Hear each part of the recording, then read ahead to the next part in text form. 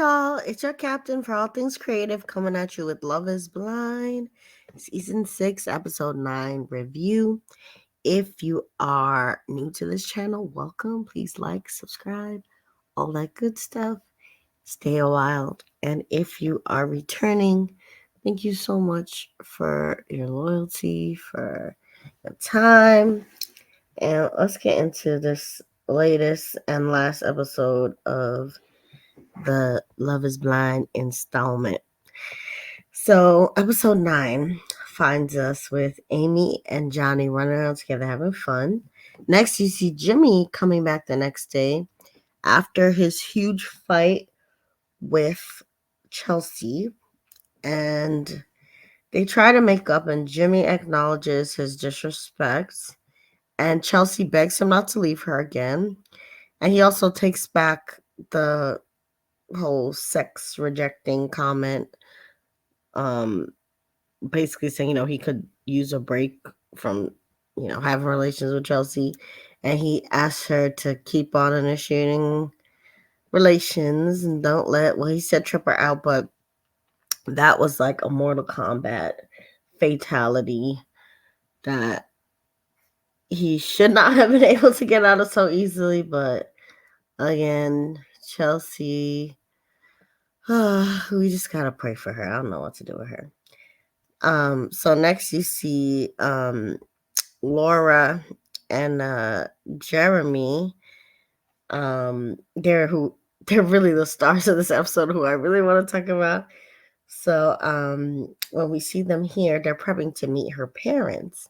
And Laura is the one who fumbles the meeting by bringing up Sarah Ann, who, was DMing Jeremy, and she's clearly still upset about it. And the family has Laura's back on the DM issue and basically tells Jeremy that he shouldn't have liked the message, but he says he just wanted to acknowledge it without giving it life. That's why he didn't reply back, but that's why he hearted it.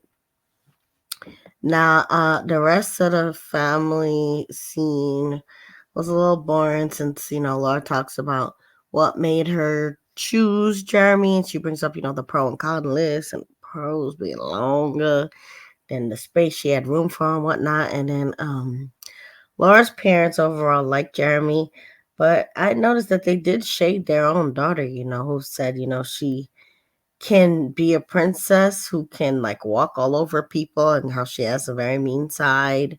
So even Laura's own family, has this negative experience with her. As much as they love her, they know the real her, the full her. And they didn't take her side about the Hawaiian shirt thing either. They were kind of saying, hey, if your spouse likes something, why not? And she was still harping on it again because of the superficial mean girl side to her, which was exposed with, Bean Dipgate even more fully. But here you could see her family saying, she has a history of this. So then next you see Amy and Johnny doing bachata. And then AD and Clay go to meet, I believe it's Clay's family. Now, AD tells Clay's family that she's a realtor and a nightclub VIP manager now, and I had confused her job. I think I mislabeled her as a flight attendant before, but it's because she was a former sports dancer who again now does real estate and managing this nightclub. But the nightclub stuff didn't start up again as yet. So currently Clay has the more demanding schedule. And this work schedule mix up leads them to have a very hard conversation about their work and, balancing time for each other in front of Clay's family. And the family is just, after a point, just sitting back, sipping their wine, watching Clay and AD go back and forth. And Clay's like, what is the problem? And I'm just like, what is going on? And after a while, the mom stops them and weighs in as a referee, and she tells them they got to make time for each other. She's like, I've been married for, 20 some odd years. So that's nothing to sneeze at.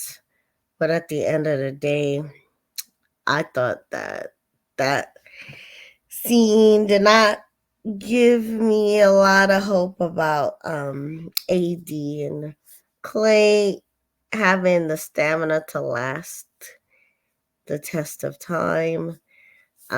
Maybe, they'll work through these issues and make it, to the altar and be able to say yes. But oof, it was definitely given we can't even keep a happy face in front of your family. So yeah, not so promising. So next you see Chelsea at a bar meeting Jimmy's lady friends. And I wonder why he wasn't having her meet his family. Again, is this another way for him to keep her, from getting false hope by, not even involving his family? But Chelsea talks to Jimmy's lady friends about herself and their relationship. And I was embarrassed when she retold the story about him rejecting her sexual relations and her promising that she was not gonna be clingy or initiate sex no more. And then him backtracking and asking her to go ahead and initiate sex that morning.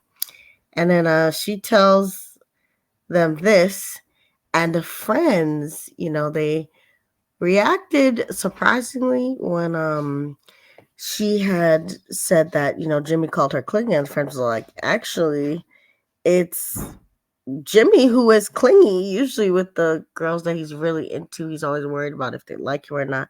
So again, the friends are making me think that he does not like Chelsea even more because his behavior when he's in love is not the behavior that we're seeing now.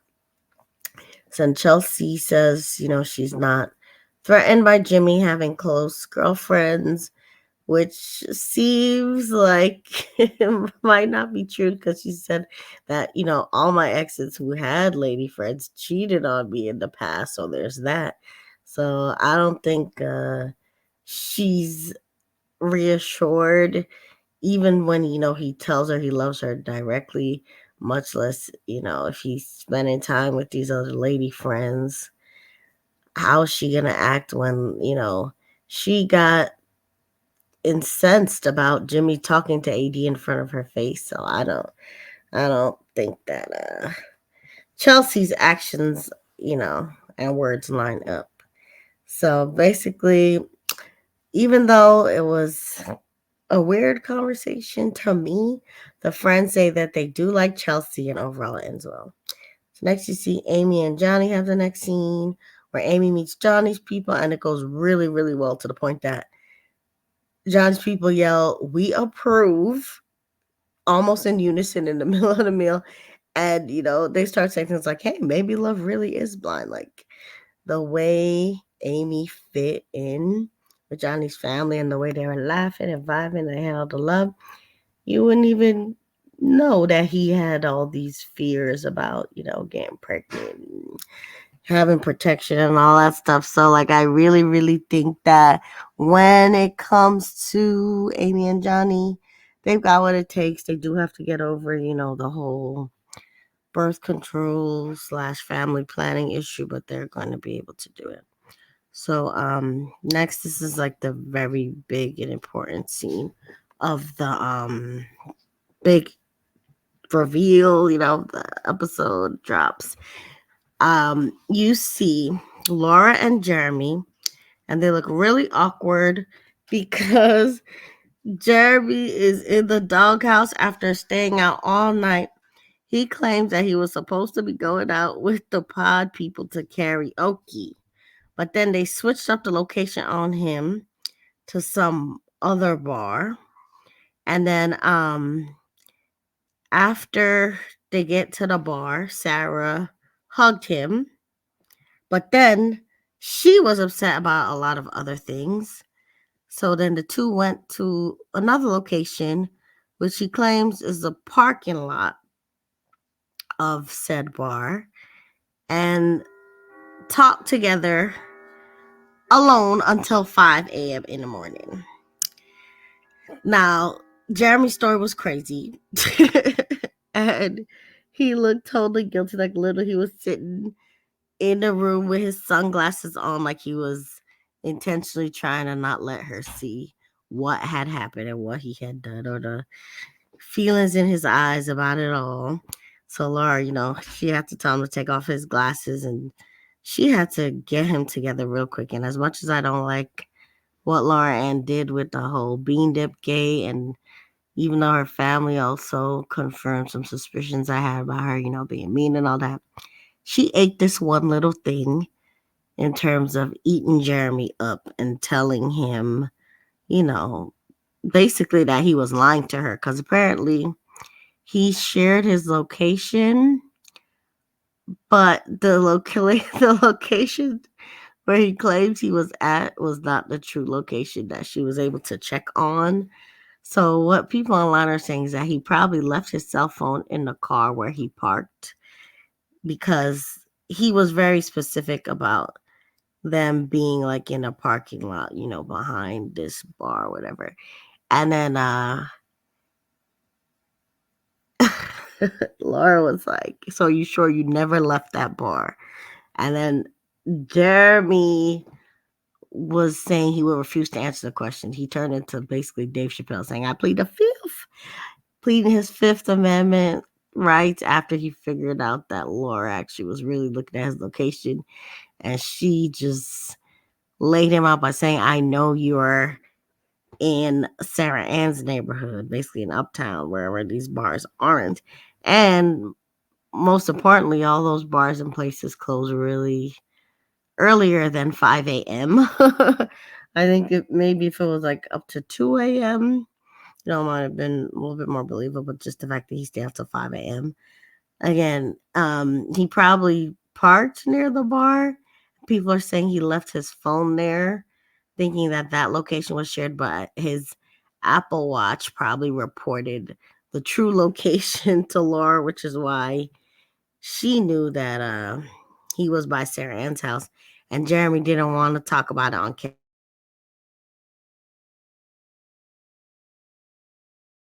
He just gets reamed out by Laura. Laura's like, "I'm supposed to be meeting your mom right now, but I don't have nothing nice or good to say about you, and I'm not going to fake it."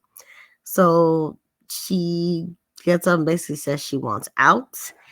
And I'm not sure if she's just saying she just wants out for the day and just to leave the house and, obviously not do the meeting with Jeremy's mom or people, whoever she was going to meet. And she just wants space to calm down, or if she's like really just dumping him. I think it's very disrespectful what Jeremy did, staying out that late and that long with, someone who she knows was DMing you, asking for a second chance, and just even entertaining that, no matter what they were doing, that's too much for somebody who's engaged. He should have got himself home when the bar closed. He should have been home before the bar closed, not him closing down the bar, but then going past anything is open but legs, and getting caught out there by Sarah Ann's house. So, oh, you disappointed me, Jeremy. And people online, I guess, found a picture of Jeremy as well, apparently with like allegedly, possibly a fiance and a child, possibly. So this wouldn't be you know the most scandalous thing about Jeremy if those other pictures of the child and the fiance, is true. So Jeremy, you are the newest villain in the villain club. You joined Kenneth and Matthew, and yeah, there's really no excuse. Even Laura didn't deserve this. So from what seems from the previews, it looks like Jeremy is not the only one that, forgot about his fiance, because Chelsea's gonna go in on Jimmy apparently about maybe having some connection with Jess. I don't know, because Chelsea also makes things up, like she made up Jimmy spinning around AD. So with Jimmy, I don't think he treats Chelsea the best, but I do think that Chelsea also provokes him and has very low self esteem and insecurities that she weaponizes, against Jimmy. So I gotta see for myself what all happens. But for now, say what you think in the comments. Please be sure to like, share, and subscribe. And remember, you're the master of your fate and the captain of your soul.